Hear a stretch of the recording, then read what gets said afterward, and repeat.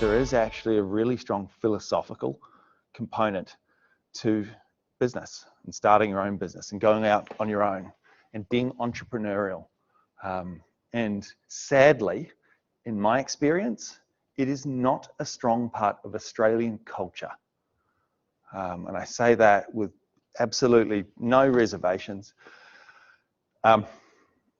Australia has very high wages. And you'll notice that both sides of politics talk about jobs. Jobs and jobs on one side by Labor, and jobs and growth by the Liberals. Both sides talk about jobs. They don't talk about entrepreneurship. They don't talk about value creation. They don't talk about people going out on their own, starting their own business as part of that. And it's hard. The barriers to entry in terms of going and setting things up are much more onerous in this country than they are elsewhere, and certainly very noticeably different between my native New Zealand. It's much harder to set businesses up here. I don't know why that is. I've got a few thoughts behind that, probably having 3 layers of government, but leaving that aside, it's hard to do. And you're not encouraged to do it in the general population. You guys, as business students, this should be on your mind, because either in the process of helping others set businesses up, but also yourselves, going out and being entrepreneurial, going back and starting new ventures and developing new ideas into real things in the world. It's something I really hope that you guys take this on board, because ultimately that is the good that we do in the business school. These are the good things we can do. We can help others live their dreams, so to speak. And I know it sounds very airy-fairy, but it's not, because you guys are going to have the practical skills that others won't. You're going to know the mechanical sides of going about this. And sometimes you're going to know when people come to you with this crazy idea to actually say, no, that actually is crazy, or do it as a hobby, don't do it as business. These are going to be skills you guys already have. The fact that you're towards the end of your first year, at least, you're already going to have a bunch of these skills that have already put you in a different class or category of person from 95% of the population. And so I'm going to talk about a few technical aspects of this. You've probably heard me use the phrase that a business degree, certainly a general business degree, like I said, business management, my first degree, is a collection of little pieces of common sense. Every individual thing you learn, it's like, oh, okay, yeah, that makes sense. Oh, yeah, that makes sense. But it's not until you actually go out into the world at the end of it, and you look at it, and you look at what everyone else who hasn't had a structured business education, you look at what they do, and you realize that that collection of common sense is not that common. I use the example of the integral, the differential calculus, where Gottfried Leibniz takes little bits of nothing to create something. That's what it is. Each one piece of information from this won't change your world, won't change your life. But this, coupled with all of the rest of your business education, might actually lead to either changing your own lives, but perhaps more powerfully, changing other people's. And I really hope that some of this stuff sticks for that reason. So ultimately, when you're looking at business, and you're looking at starting businesses, the key thing in all of this is you. It's what you want to do with your life. Because this kind of comes in two steps. It's both you helping others to set up their businesses, and that's fine. You will be asking this question of people when you're advising them at some stage in the future, I hope. But perhaps as a system of analyzing this, think about yourself. Think about yourself and what you want to achieve in this life. Because most of the things, these projects that we want to achieve in our lives, often take time, they take thought, they take resources. And if we stop and think about all of those stuff, These are the indicia of business as part of that. So even great works of art, even great pieces of literature, if you can think about going and undertaking those projects, that comes at some sort of costs. The economists amongst us, and probably everyone that's done stage 1 economics, appreciate the concept of opportunity cost. You have these tools, but that word, that phrase, is not common amongst the general public. Lots of these thoughts, these concepts, are going to become second nature to you guys. And appreciate when you're advising others that it's not going to be common to them. Okay? But ultimately, asking this question, where do you want to be? What's the end game? And so when you're looking at this and you're thinking about business, there are a bunch of factors. And again, I've compiled these, what's about 10 items. I'm going to talk about them before I go through all the rest of Neil's slides, because this is the stuff from my own experience and my own education that I think best expresses this idea. So, I've got a few stories, if you guys don't mind me indulging in this. So I did a stage 3 entrepreneurship subject as a student, a long time ago. And part of that subject was to go find an entrepreneur and interview them and find out what it is, what made them tick, what made their business work. And so I found my friend, I think housemate, Moena's, her father had a business, and he sold those zip machines. You know the hot water things you get in the wall where you push the button and it gives you boiling hot water on demand? We call them zips. I don't know what they're called in Australia. And you see them in these little areas, the little kitchenette areas, where you push the little red button, you hold it down, and it can have a continuous stream of hot water. Anyway, he sold those. And I asked him what his strategy was, talking about all of the techniques we learned in business, and you probably would have had this even so far in the business management. What's your aim? What's your goal? What's your mission? What's your strategy? And he's like, oh, well, it's to make money. And it's funny with the benefit of 25 years of hindsight to realize that he hadn't done a business degree. And it's not to fault him, but ultimately to say you want to make money doesn't really help in terms of business, because we all want to make money, so to speak, even if it's not to be rich, even just to be sustainable. So it doesn't really answer the question, going back to the individual. What do you want to do? What do you want to be? And a whole heap of people you talk to about entrepreneurship, and they say, I want to be rich. Sure. Trouble with that, and again, going back to a little bit of Australian culture and Australian language.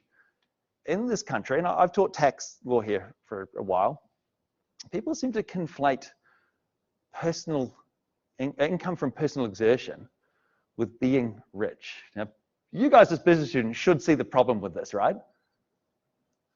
Is being rich the amount that you personally earn at any given moment, or is it the amount that you have at any given moment? So I'm getting some nods in the room. It's the latter. Sure, don't get me wrong. If you do have high personal income, you work as a doctor, for example, and you earn $200,000 per annum, and you save some fraction of that. Sure, then that money will make more money. Okay, but ultimately, there are 3 places where income comes from. So when we think we were going to make money, ultimately we want money to just be entering into our bank account. Now, ideally, what do we want to have to do in order for money to just enter our bank account every day or every month or every week? What's the best thing we would have to do? Absolutely nothing. How does that happen? That happens if you are, in real economic and accounting terms, rich.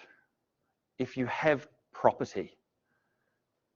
The easiest way to make $1 is to have $1 million in the bank account and wait an hour. You don't have to do anything. That's what being rich is about. Okay, I know this seems like a non sequitur, but remember, little bits of nothing that add up to something. And so when people talk about going and getting jobs that have, where you earn a lot of income as part of that, that's cool and that's fine. But ultimately, in regards to those three things that I've got up there, personal exertion, business, and property, arguably, they actually move from one to the next. And here, ultimately, is the position you want to end up in. Because if you are working for yourself and just for yourself, you've got no employees, you get to keep the fruits of your labor. Okay? If you're working for somebody else, you don't even get that. In theory, people are only going to employ you if they're making more money from the fruits of your labor. That's capitalism. That's the system we live in. This is the system that you guys as business students need to be all over. You may love it, you may hate it. Ultimately, you need to know how it works. And so moving from personal exertion to business, that idea that you can get others to do things for you. And if you spread that across many people, in theory, you're getting the fruits of lots of people's labor as part of that. Now, again, and when you're doing economics, and I believe this hasn't changed, you talk about the four factors of production: land, capital, entrepreneurship, and labor as part of that. And here, when we're thinking about business, really we're thinking about the entrepreneurial side of it. The other three are resources. We'll mix together in order to achieve some result. But usually, the result for most of your clients, and possibly for yourselves, is to reach a point where you do not have to work. Remember that story that I had in the very first class, talking about empires, and how they were all based around these quite nasty systems where empires would come, conquer people, take them slaves, so the conquerors didn't have to work. That's kind of the system we still have. And again, love it or hate it, by getting to this point, to be owners,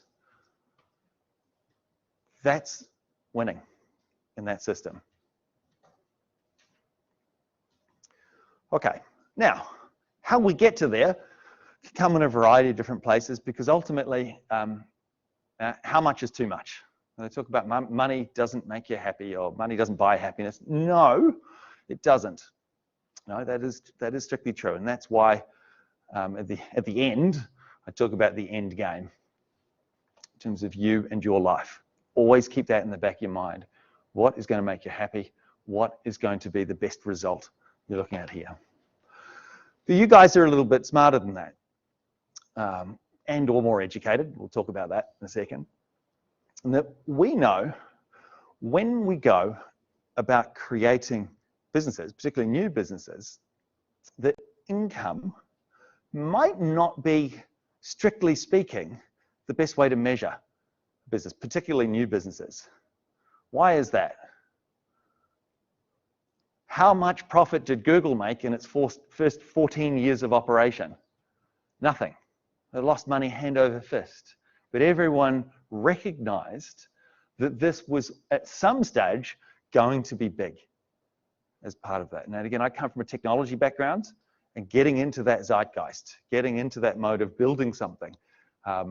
In software, they say it's much more important to get people to use your product than it is to get people to pay for your product. Because you are building that brand. You're building essentially capital as part of it, even if it's just in the form of intellectual property. And when you're advising people, or you're going out on your own, thinking about the brand of the business you've got is fundamental. Because often, when you're moving from this phase to this phase, is the point where you remove yourself from the business. You create a business, you set it up, and then you on-sell it as a going concern. And that part, by the way, from my own personal experience, when you're advising people, can be really, really hard. For those that end up going and doing accounting, you may find that you are giving strategic advice to people, and they get into it. They get into their business. They love it. They love what they do. And the thought of selling it never enters into their minds. Ultimately, though, being able to sell things as a going concern shifts it from this mode to that mode. You go from being part of the business, and that's a phrase that comes up a lot. Accountants, I've known a few, and they give this advice to small business owners. Spend more time working on your business than in your business. So you want to try and remove yourself from it as much as possible in order for this, this growth. The brands, I should put goodwill in there as well to build up that component that is then worth something. Because ultimately, being rich, so to speak, is about having stuff. And intellectual property, goodwill, brands, that's worth something as part of that. Okay, a bit of theory here. Love this part. There's two theorists, or two, technically three. There's two guys called Hamill and Prahalad. I don't know if you've heard of them. They wrote a book in the early 90s. It's all about sources of competitive advantage. Right? And this idea from a business strategy perspective, what do you do that's special or different? When you're advising somebody and looking at what they do and they've got this great idea, an example, my house was a mess, and so a friend of mine organized a cleaner. And so went on to Townsville, Buy and Swap and whatever those things, and found a person who had a cleaner. She rocked up and she'd be early 30s. And I was her first ever client, which was awesome. Why? Because we got to talk a lot about her business. She didn't want to be a cleaner, but she didn't have the education. She didn't have that sort of structure. From her minds, hey, if I'm doing this, I'm getting work and I'm getting paid to do work. That's, that's going and running a business. And well, yes, but ultimately it's only the fruits of your own labor. What else do you do? What else are you good at? And she, and also when you're thinking about that, what do you like? Because sometimes your hobbies end up becoming your business. And so she really liked crystals, candles, and, what do they call it? Meditation, yoga, all that sort of stuff. I don't really know much about it. But part of that, and I bounce this around some of the other business staff, is that how do you incorporate those two things? I've got this business doing cleaning. And again, you guys will end up advising people on this. If you've started a business as a cleaner, how can you incorporate this other component into it? What's your source of competitive advantage? Because when you're doing generic work, driving taxis, cleaning, waiting tables, what's your source of competitive advantage? Often, it's only price. And that is not where you want to be. Because the only way to succeed is to be the low-cost leader. That's never where you want to be, where you're having to reduce your rates as a cleaner, so you're working more hours. It's not where you want to be. And so ultimately, it's both looking at the person and looking at what they're good at. Another example of this is, I've used the story a few times, is my mother was a teacher, didn't love it. She bred dogs, stupid dogs. But anyway, trauma from my childhood. And what she found is that importing these show dogs from all around the world and exporting them was a massive amount of effort. There's a huge amount of compliance cost to go through and do that. And what she discovered when she did this for a few of her friends is that she could essentially charge what she liked. And she realized at age 55 what she wanted to do with her life. So I've got age down there, which we'll come to in a second. But ultimately, that was something she did as a hobby and liked it and was able to use that as a source of competitive advantage. She knew all of the breeders. She knew all of the airline staff as part of that. And sometimes it's difficult to identify what sources of competitive advantage are.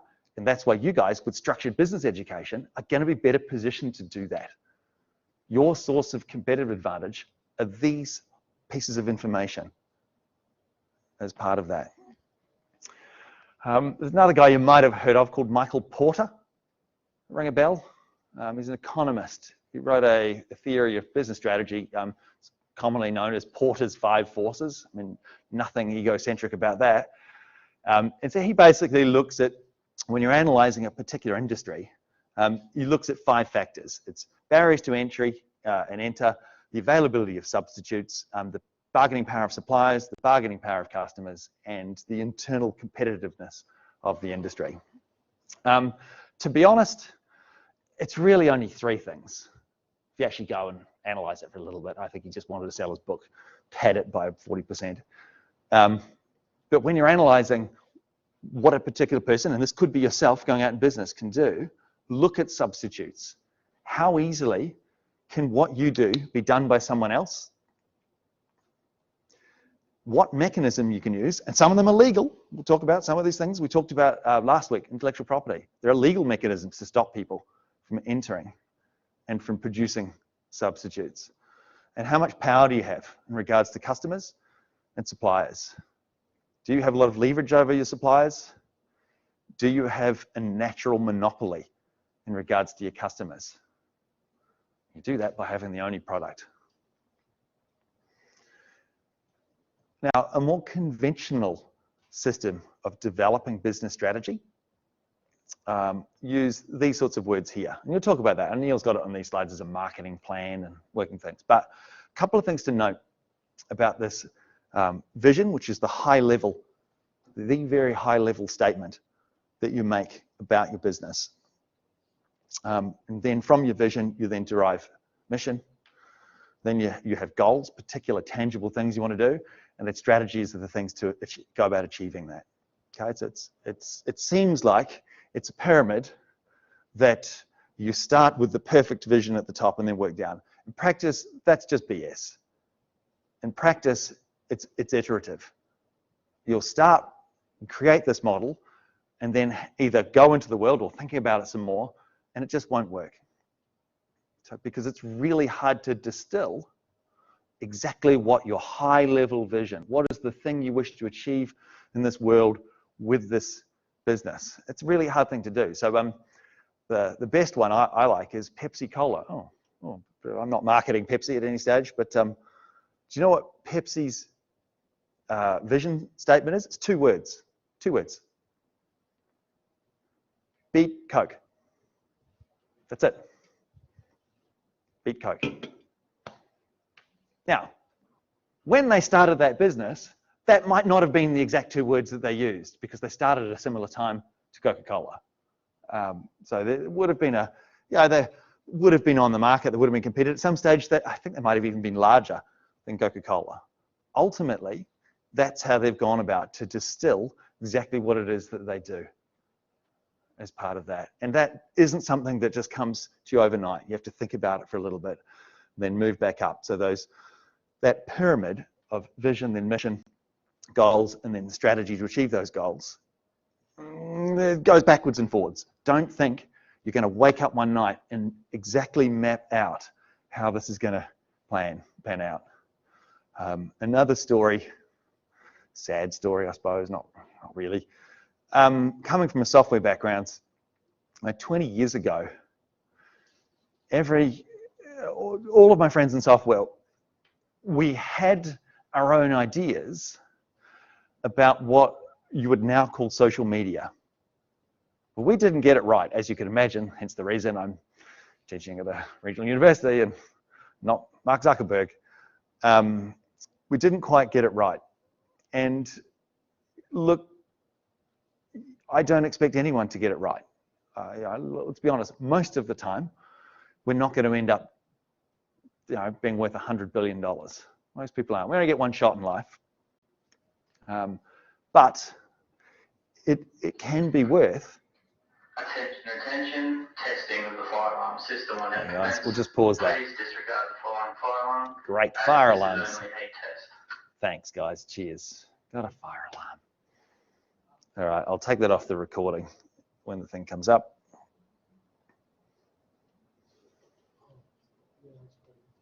Or I could just carry on. Wait, it's not a very effective test then, is it? Okay, well, I'll just carry on then.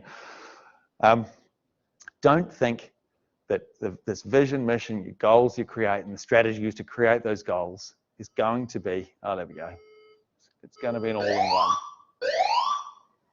Hang on, turn it off. Oh, well, maybe that's it. No. Huh. Okay. Maybe that's it. I don't know. So, age. Age matters. I believe I'm the oldest person in this room. Finger pointing all around. Now, I don't know if you guys have engaged with the entrepreneurship literature much. Basically, it goes like this. There is no correlation between age and success in entrepreneurship. There just isn't. Colonel Sanders famously got his retirement check and then started his business with this fried chicken recipe that he had. You started with hotels, motels, Yeah. and A few things. Yeah, he did. Like, don't be wrong. He knew how to cook chicken. He'd been cooking chicken that way since he was a kid. Again, it's that idea of taking what you do and what you do well and do as a hobby and do in your life and enjoy doing. And combining those two things together is awesome. Similarly, a lot of tech entrepreneurs. Friend of mine, he wrote a piece of software, 17, 18, and retired at 20, which has its own problems, but each to their own. So don't worry about age so much. Just note that as a fraction of all people going out on their own, that does distribute normally. So there are very few people under the age of 23, and there are very few people over the age of 67, with a vast, massive bulk being in the 30s and 40s. However, you do need to take into account when you're starting businesses, the well-being of the person. And that well-being is a combination of physical health, mental health, and what I've broadly called externalities, other factors in your life. So going back to my cleaner, she has a lot of other things going on in her life, and they negatively impact her ability to run a business. And that could be family, it can be partners, it can be a variety of things. And health things matter. And you do need to take this into account because it's not that it can be an absolute barrier, but a lot of things will limit the amount of time you can spend on things, the amount of resources and money you have available to go through and do it. And often, your ability to concentrate. It's the emotional energy and toll. I remember having a business about 20 years ago with a friend of mine. I was 22, he was 18, and we were being sued by a 20-year-old. So this was the most hilarious QCAT application you could imagine, where the median age of the thing for a commercial transaction was 20. Okay, and I was studying at the time, and I remember going into class, learning about all these wonderful things about the philosophy of science, all of these great theories of this, that, and I would have absolutely loved it if it wasn't pounding into my head, I'm getting sued, I'm getting sued, I'm getting sued, I'm getting sued. Okay, it comes at a cost, all of these things. And you do need to appreciate that your own health, your age, your resilience matters. Another thing that matters is the other correlations that have to sex. Now, I noted that there's no correlation between age and success in entrepreneurship. There are two factors that do correlate, okay? And they are intelligence and motivation. And intelligence can be proxied with education. And that's the first thing I want to say about that. So don't feel if you're some great genius who hates mathematics that that's problematic. Education can be a proxy, and intelligence comes in a few different modes. You guys probably heard about the EQ, IQ component of that idea that you can have very raw intellectual ability to calculate things, memorize things, draw conclusions between things, and join dots. My best friend is the same age as me. She has high EQ, probably not the same level of the raw calculation stuff. And she thinks I'm an emotional retard, for want of a better word. But you can learn. Okay, you can learn these things, and this idea of education being an appropriate proxy for intelligence is a really important thing to note. But there's no hiding from motivation. To succeed in business, you have to want to do it. People respond to incentives, and some people are incentivized by money. Good on them. Some people can see the connection between their effort and the output. And the hard thing is with business, particularly in a place like Australia where your wages are high, a lot of people can't. And you lose sight of that. And that ability to motivate yourself can be very difficult. It's not uncommon for people to just go, I'm out. This has been too hard running this business on my own. I'm just going to go and get a job. Okay, that's just things to note. All right. Circling back to this idea of doing what you love. Again, I don't want to use the same, commonly thrown about platitudes. If you love what you do, you never work a day in your life. And this is true of businesses. There are people that run their business and they love it. And that's what they do. They identify with it. They identify themselves as being within it. And they enjoy it. It is part of their life. It is what people do. And one of the wonderful things that you guys is the ability to get a collection of skills in business to be able to help people, including yourselves, go into business in order to fulfill what you want to do. This idea of projects. I've used this analogy already in Tolkien's literature. The idea that, I think I might talk about last week, the idea that, we're only on this earth for a small period of time. What are we going to leave? What are the things we want to create that'll carry on after us? And this creating and having businesses is something you can leverage to do that. This can be what people have as their, can be their life's work. Ultimately, though, you guys are Australian. You're actually going to live a long time, probably. Well, probably not the way I drive, but this idea that you don't have to be tied to one thing, one career. People that have come from other countries. Now, I've actually noticed it, by the way, as a Kiwi. You may not think about it, notice it much, but life expectancy is actually different between the two countries. You've got access to just better, more consistent healthcare for a lower cost here. Life expectancy is genuinely noticeably different between those jurisdictions. And if I had told my friends, and I have, across the Tasman, that had gone from one profession to go through and do something completely different, they think I was crazy because the opportunity cost is too high. And here, though, you guys can do lots of things in your life. You can succeed in lots of things, and ultimately, you're going to fail at lots of things too. They say that there's no such thing as a mistake. It's only if you don't learn from it. Well, no, that's not true. You can literally have mistakes, but you're going to live a long time, and you can achieve lots of different things. Don't, strictly speaking, have to be tied into one as part of that. And so here, when I'm talking about this end game, it's both for the business component, for any particular business you have, but it's also in terms of life. Later on, that having businesses that are successful, that you can step away from, they continue on, or you on-sell them, moving from the idea of needing to be involved in a business in the day-to-day to just having property. And I mean property in the broad sense, money usually. And in terms of individual businesses, one of the hard things you guys are going to find, again, for those that end up advising people, when they're really caught up with their business, is trying to tell them what you should do is get things in order to be able to on-sell it as a going concern. I've given people this advice, and they thought I was an idiot. And hand on heart, they're wrong. Nothing is forever.